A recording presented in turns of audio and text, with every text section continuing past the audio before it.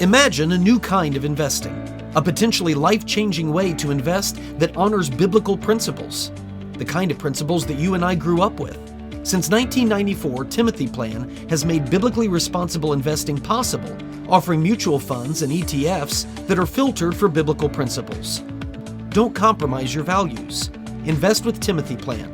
Ask your financial advisor or call Timothy Plan at 1-800-TIM-PLAN. Again, that's 1-800-846-7526 and discover what it means to be a biblically responsible investor.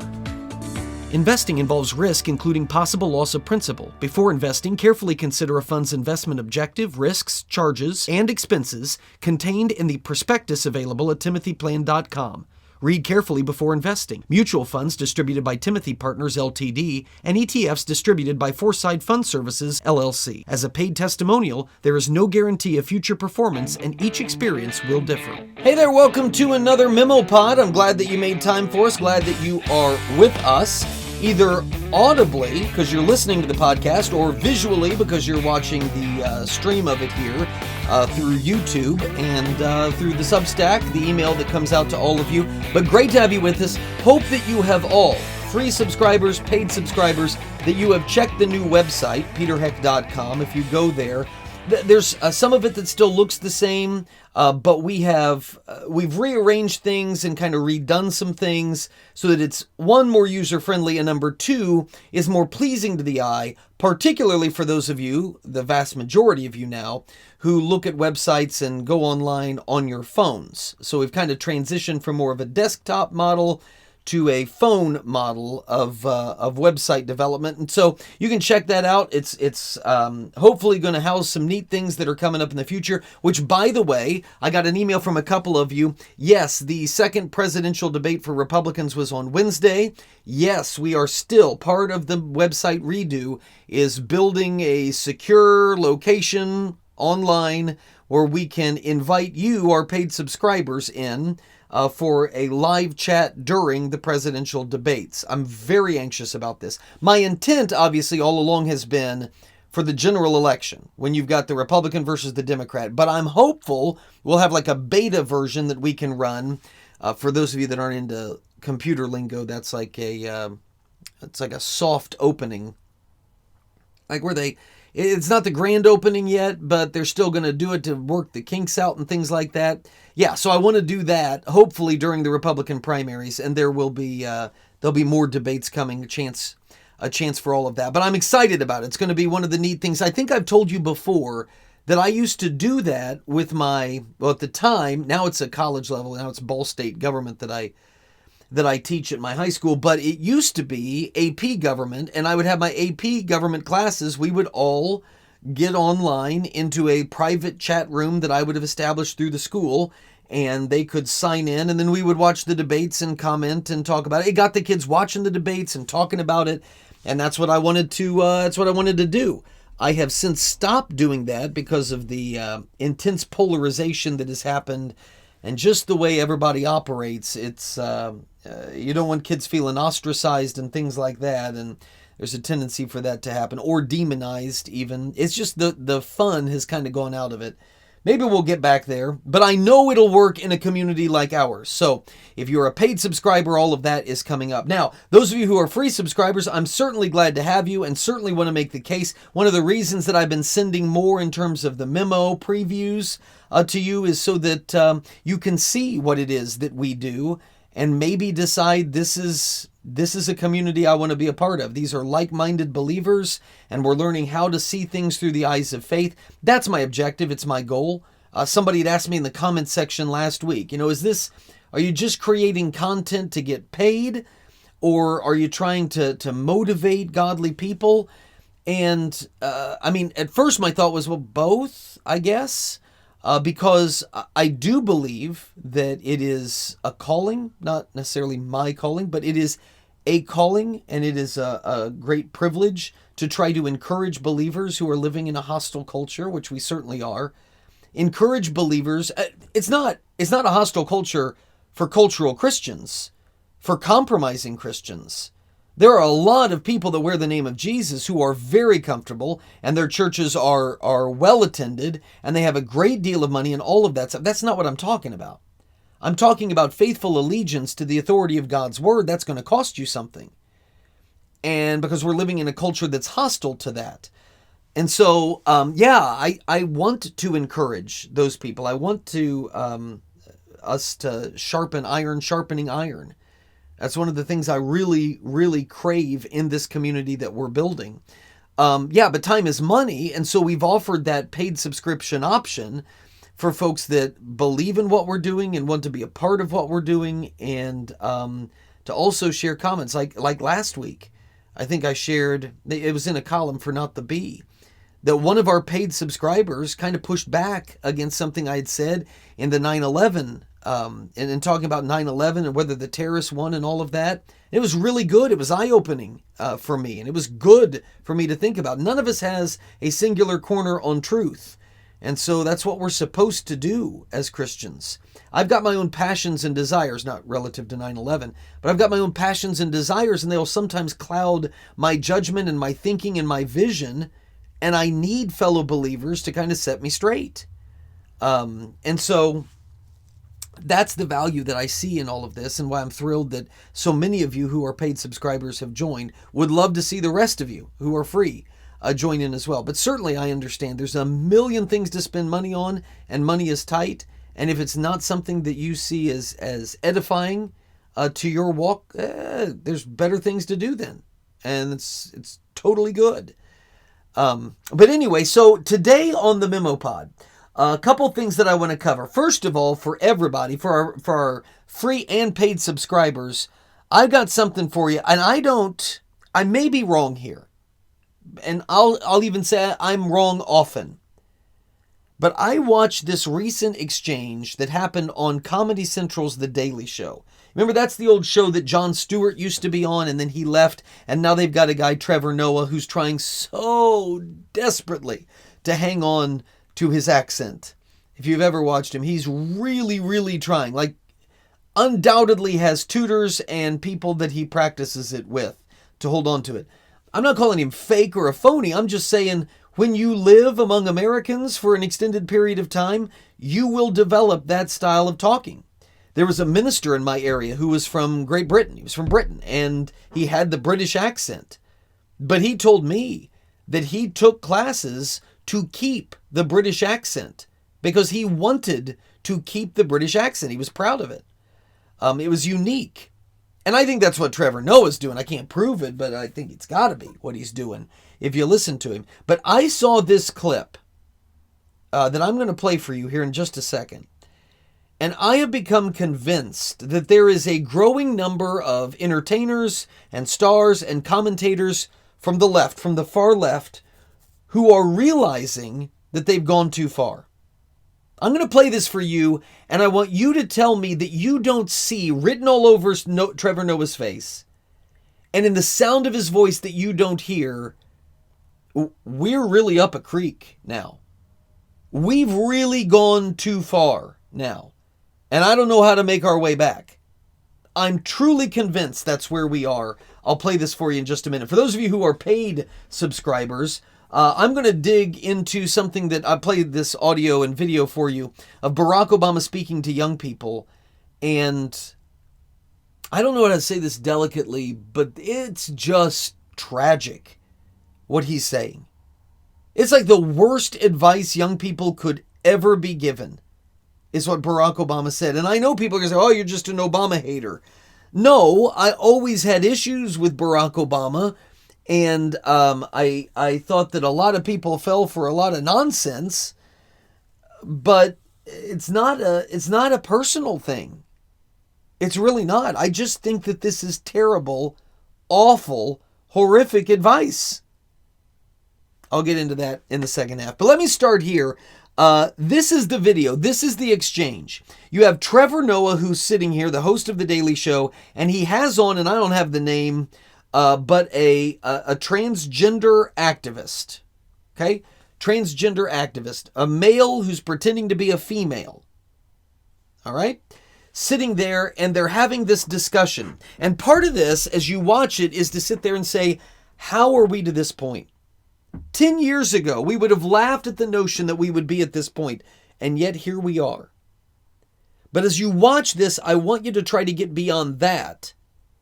And I want you to see if you see it on Trevor Noah's face, and if you hear it in Trevor Noah's voice. We've gone too far with this.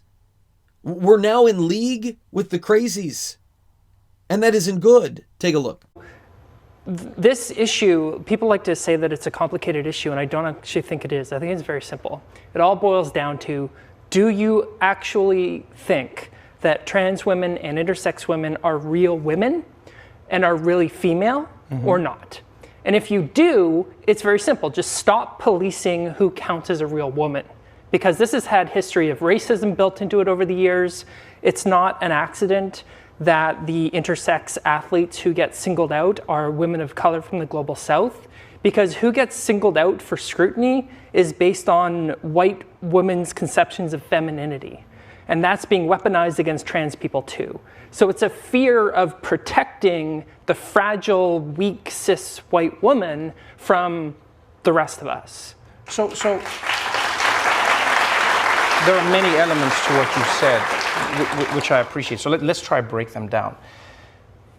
One thing that confuses me personally is it seems like we have discussions about who should participate in which category and how. You know, on the face of it, it seems simple, as you say. You know, if somebody identifies as a woman, if they're transgender, they can compete against women who were born biologically, and then if not, then not.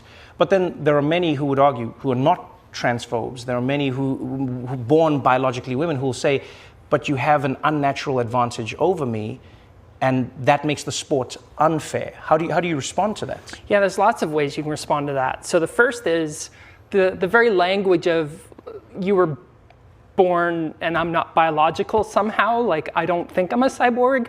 So like this idea that like, oh, you're not a biological woman. Well, I am a woman, that's a fact. I am female, so all my identity records, my racing license, my medical records all say female, right? And I'm pretty sure I made a biological stuff, so I'm a biological female as well. So this question of, do trans women have an advantage over cis women? We don't know.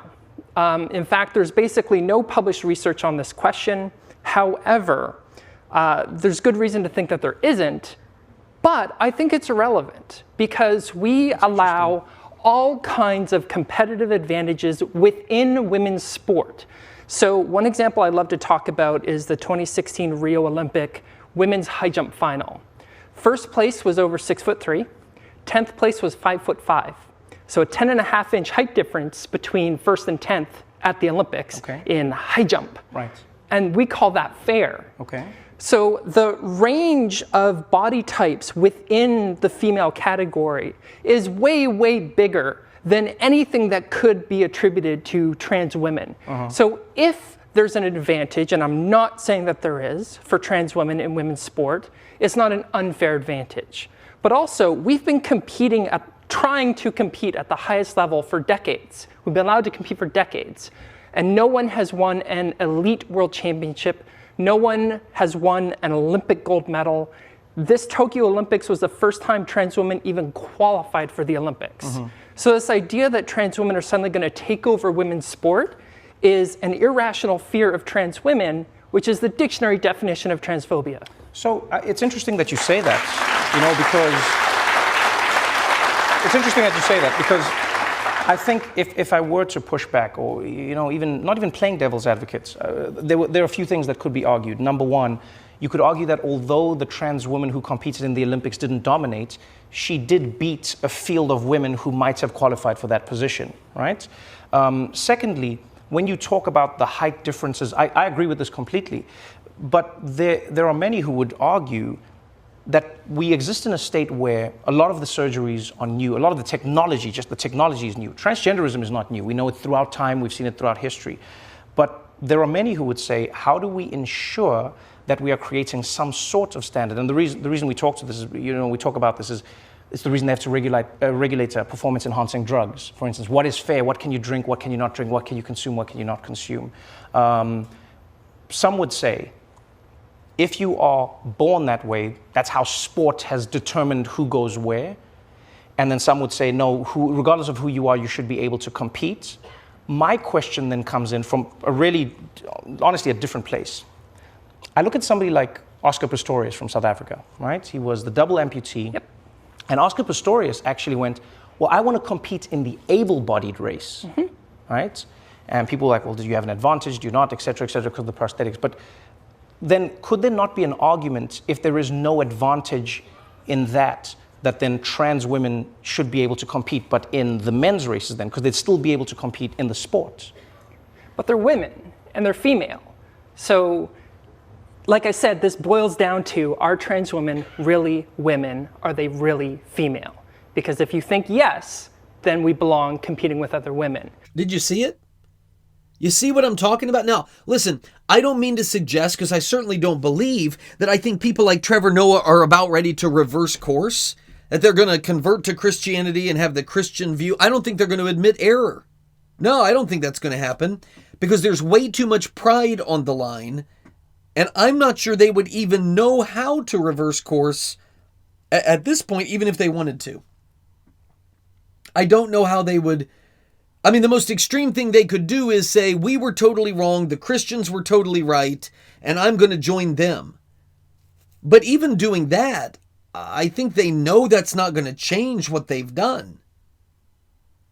You can't really watch that exchange, or if you're listening to it, listen to it, and not get the distinct impression that there is a budding awareness among progressives, at least this progressive, and I'm telling you it's extrapolated outwards from things that I've seen, that their rebellion against a cultural embrace of the Christian sexual ethic, which I'm not saying it was always in perfect form and this is always what society believed.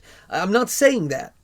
But I am saying that there exists the Christian sexual ethic over here, and then people who believe we should be pushing towards that should be the model. Even if we don't legislate that or codify that, that's the direction that we want to be going. And the left has warred against it. And I think that there is this budding awareness that their rebellion against that Christian sexual ethic has taken them down this path of self-contradiction and moral anarchy. And that's where they find themselves. They know that the ship that they're on, the ship that they have christened, it is sinking. And they know that they are likely to go down with it. And yet, even though I think all of that, I also simultaneously feel equally confident that they will still prefer, many of them, the vast majority, will still prefer to plunge to the depths of moral insanity than ever admit that the right was right. Way too much pride goes before a fall, and I don't think they would ever admit that to be the case. Because in the minds of many of these progressive thought leaders, yes, even the comedians, in their minds, Christians are dunces. We're fools. They see us as a bunch of unenlightened ghouls who are obnoxiously committed to this old book of myths that have little to no bearing on the modern world. That's what they see. It's what they believe. But that, believing that and peddling that about Christians, that becomes much more difficult, a much harder sell, given that so many of our predictions and prognostications about our cultural trajectory have proven to be accurate. For decades, we clueless buffoons who are Christians have been pointing this out. We've been saying, if God exists, and he does, but if God exists, and there is a supreme being, a moral authority over the entire universe that spoke this universe into existence, if there is a God who exists, then he must consequently be the foundation of all science and logic and reason and morality. Those things would not exist if it wasn't for him. You see, once you have said there is a God, that God, by his very nature, will become the foundation of all of your science and your logic and your reason and your mathematics and your morality and all of that stuff. He is the base, the root of all of it. So consequently, when you war against that God, well, then you are necessarily rebelling against science, logic, reason, and morality.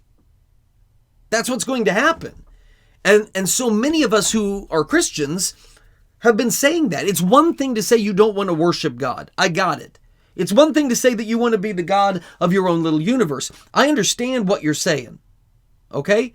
People love the darkness and they'll run towards the darkness, and I was there too. And many of those of you who are believers that are watching this, you've been there too. I get it. I understand what you're saying. What I'm saying is, if God exists, then there would be no science or logic or reason or morality without him. He animates and gives meaning to those fields. So if you rebel against the foundation of those things and you knock it out and pretend it's not there, then you have no basis for consistent science, logic, reason, or morality. It becomes simply a matter of opinion because you've destroyed the root system for that. That's what we've been saying. And yet, despite those warnings, the progressive left, the secular left, however you want to regard them, they have arrogantly discarded any public consciousness of God's authority. They say any public recognition of God's authority that infringes on personal freedoms. And after a couple generations, where are we? A couple generations of rebellion to God, where are we? We are seeing that rebellion to God has turned into exactly what we said it was going to turn into. Consequentially, we are rebelling against science and logic and reason and morality. We rebelled against God, and now where do we find ourselves? We are we're engaging these scientifically absurd and logically impaired and rationally defunct and morally offensive propositions where we are actually inviting people on TV and having a serious conversation with those who say men can get periods, with people who say men can have babies, or that men are women. This is exactly what we said was coming. If there is no God, then there is no foundation for science or logic or reason or morality. And without any reason for those things, people will not abide by them. And they'll be doing things like this. Oh, men can have babies. What? That doesn't make any sense. Well, no, it doesn't. Because you have undermined the foundation for making sense in your culture. And yet, despite that being as obvious as the nose on the end of your face and mine, progressives are so paralyzed by the apparent revelation that we Christians have been right, that they are not only no longer mocking flagrantly foolish propositions like men can get their periods. They're no longer not just making fun of that stuff, but they're even turning the halls of comedy itself into these embarrassing spectacles of acquiescing to and showing fealty towards all of the foolishness. Making all of us abide by it too, or trying to. In other words, the same people that have spoken for years, they prattled on about, they patted each other on the back about speaking truth to power, they apparently haven't ever realized that they're the ones who are wielding power, but they now place alleged comedians like Trevor Noah on center stage to do their best tap dance routine around rationality. I mean, that's what I heard in that clip. It's what I saw on Trevor Noah's face. He's out there just trying to avoid being canceled. That's all it is. Well, that's all it is, plus the awareness that they've really screwed this up. And I don't know that there's any going back. Here's how I described it before, and here's what they have done. The progressive left pulled up these moral guideposts for a happy, prosperous society. There were moral guideposts. Operate within these guideposts. And the left came to believe that those moral guideposts were bigoted. When it comes to identity and marriage and sexuality and family, you shouldn't have those guideposts. Let people do what they want to do. Let people believe what they want to believe. So they came and they said it's bigoted, and they pulled those guideposts out of the ground. And now we're living in an era where our slippery slope, well, no, it's turned into a free-for-all. It's a free fall all around us. And here's what the left is finding. As everything is crashing down around them, use the snowball thing. Use the snowball thing. You've got a steep hill, and a few snowballs have built up, but they're resting against one of those snow fences that are held in by these stakes. Those stakes, those are the moral guideposts, and that netting, that's public morality. And here's what the progressive left did. They lifted up those moral guideposts and said that they're bigoted. We have no right to place them there. And so those snowballs that were being held by that fence of public morality, those snowballs began to carry them down the hill faster and faster and building and building. And now you've got a snowball that is 3 times as big as what that fence was. But you see the left now trying desperately, as they've run down the hill to get in front of the snowball, they're trying to throw the guidepost back down in the ground, and it isn't going to work. Snowball's going to just pile right over the top of it. Trevor Noah knows that. He can't place that guidepost down in front of that oncoming freight train, that oncoming snowball that looks like the giant ball from Indiana Jones. It's just going to barrel right over the top of him. He's going to get canceled. And when they try, the reason I say that he's going to get canceled, the moment they throw those moral stakes back down in the ground to try to stop it and say, okay, well, this is as far as we're going, well, that would then make them the narrow-minded bigots. It would make men like Trevor Noah as bad as some Christian conservative. And I'm telling you, people like Trevor Noah would rather die 1,000,000 deaths than be the next J.K. Rowling. You saw what happened with J.K. Rowling. Oh, she was adored. She was embraced. She was a hero, a feminist, a pro-gay activist. But because she's a feminist and a pro-gay activist, J.K. Rowling said this transgender stuff is out of control. It doesn't make any sense. And it's literally erasing lesbians and women. That isn't right. Snowball had already rolled down the hill, and J.K. Rowling tried to throw some new parameters in, throw those stakes back in, and she just got plowed over by it. And I think that's the budding awareness on the left is, we've really screwed this up. But that doesn't stop there. It goes on to, and there's no effective way for us to stop it now. And so you see people like Trevor Noah clumsily hiding behind phrases like, well, some people say, if I could just play devil's advocate, or others believe, and on and on and on. I'll tell you what we're witnessing right now. What we are witnessing is a very unique, but it's a very obvious situation. You're seeing man-made religionists. People that believe in the religion of humanity, they believe in the spirit of the age, that stuff. Man-made religionists, they despise the absolutes of Christianity. And yet time always, without exception, without fail, it proves how necessary those absolutes are to the orderly procedure of man in a fallen world, the orderly procedure of society. They're indispensable. And the left's realizing it, but they can never claim them. They can never go back to them. Number one, it would take too much pride. Number two, I don't even think it's possible at this point. You've opened up Pandora's box and there's no closing it. You're not going to stuff all of the bad stuff back in and close the lid. It's done. It's done. Your thoughts welcome on that. Peter@peterheck.com. That's Peter@peterheck.com. Or you just fill out the contact form over at peterheck.com. Would love it if you would do that. Would also love it if those of you who are free subscribers would want to stick around through the break. You just upgrade to paid. Give us a shot, $10 a month, or get the cheaper version, $100 a year. It saves you $20. And we'd love to have you part of the community. Give it a shot for a year. And if you do, today, the next thing I want to talk about, the worst advice imaginable given to young people. Barack Obama just did it. That's coming up for paid subscribers right after the break. The rest of you, see you next week. The Memo with Peter Heck.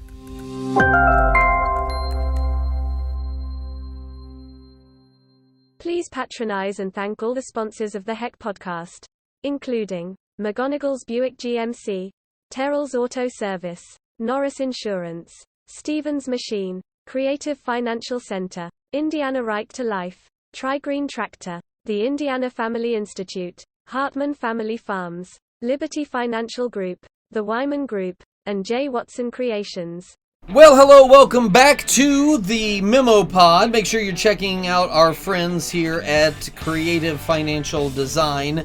They are making all of this possible. They are strong supporters of us and what we do, and therefore I need you to be faithful, loyal, paid subscribers and show them the appreciation just by contacting them. Talk to them about what they can potentially do for you. Holy cow. Like, the winds in here have really picked up in the heck hole. Like, I just turned on the thermostat, or turned it down a little bit. I'm going to end up freezing to death here if I'm not careful. Yeah, crank that puppy up.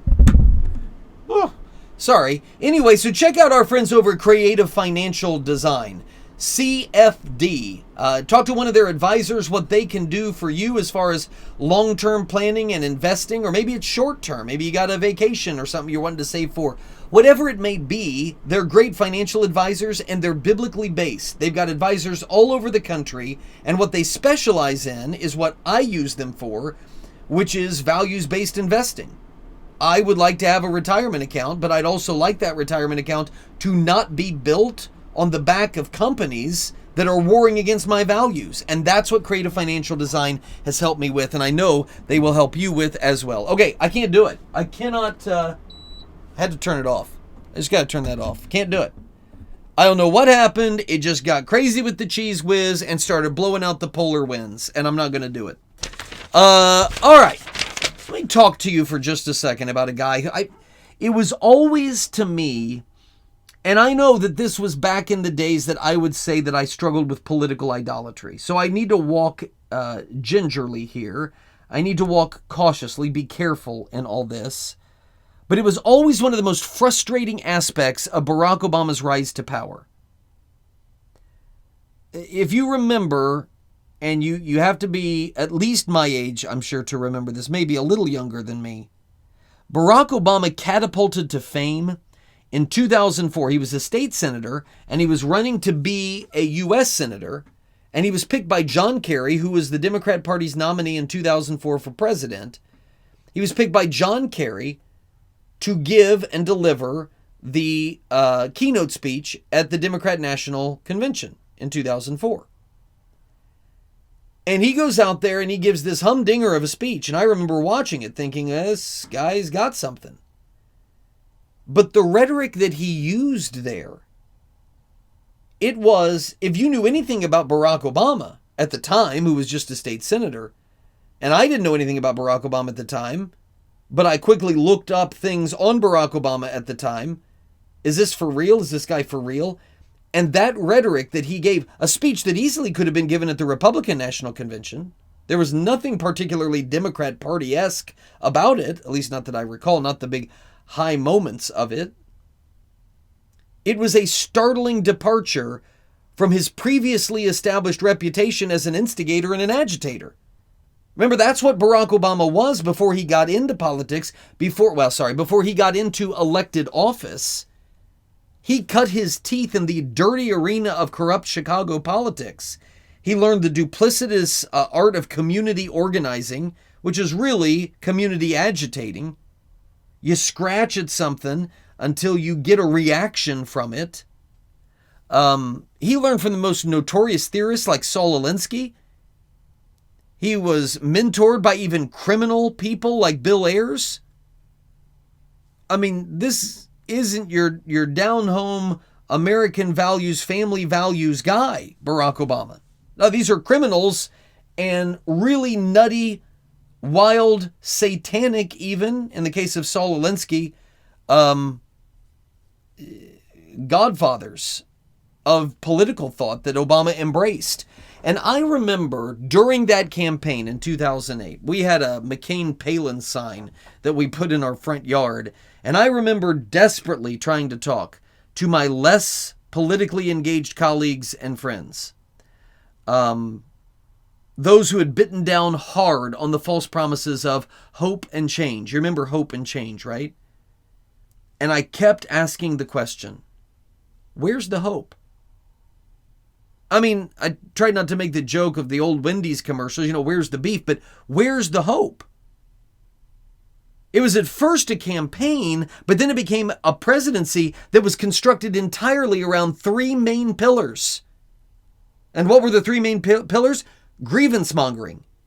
This was the approach. And by the way, this is pure community organizer stuff. He came by it honestly. But his entire campaign and then his entire presidency was about, number one, grievance mongering. These people have taken from you for years and they owe you, so now it's time to take what is yours. That was a motivating factor in the Obama campaign and presidency. Second thing, besides grievance mongering, was fear mongering. These people are evil and they will mistreat, they will abuse, they will kill you if you don't do this now and do what I'm telling you to do, and that's the only thing that's going to save you. Fear mongering and race baiting. It was 8 years of race baiting. Pay no attention to all of the positive cultural indications that racial harmony surrounds you. Don't pay any attention to that. Because those things are a mirage that are veiling the underlying spirit of Jim Crow that is alive and well, and it's living loudly among communities of color. That's what the Obama presidency was, and it isn't hope. It was never hope, and it was never going to be hope. And why? Because hopeful people are not easily manipulated. They aren't easily whipped into a frenzy so that they'll whip out the pocketbooks, the checkbooks, and cut you a big check for your campaign because they're so scared they got to get you in there to take care of the problem. Hopeful people aren't like that. Fearful people are like that. But it's not like you can go out and market yourself as an agent of fear. People are far less likely to buy a copy of The Audacity of Fear when they could buy The Audacity of Hope. That sounds a lot better.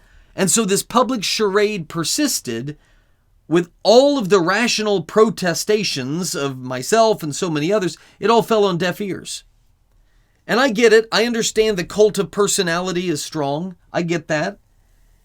And Obama certainly has a cult of personality that surrounds him. And it is so difficult to escape from that, because if you're going to escape from being part of, let's say you've been a sold out Trump guy, or you've been a sold out Obama guy, and then you see the light and you decide that's not going to be you anymore. If you were sold out and in that cult of personality, for you to break free from that, and not only are you leaving friends and colleagues and associates behind, but what comes along with that? It is this discomforting recognition, it's this embarrassing public admission that you were duped. You don't want to be duped, and you don't want other people to think that you're that easily duped. I get it, and I'm sorry, but I'm just going to say anybody that ever believed that former President Barack Obama was some change agent that was peddling hope, rather than just an ordinary politician, a typical Pole that is out there, he may have extraordinary oratorical skills, but he's out there stoking bitterness and stoking resentment. And if you ever believe that Obama was a change agent, peddling hope, instead of an ordinary politician that's stoking bitterness and resentment, then you drank way too much of the South Side Kool-Aid.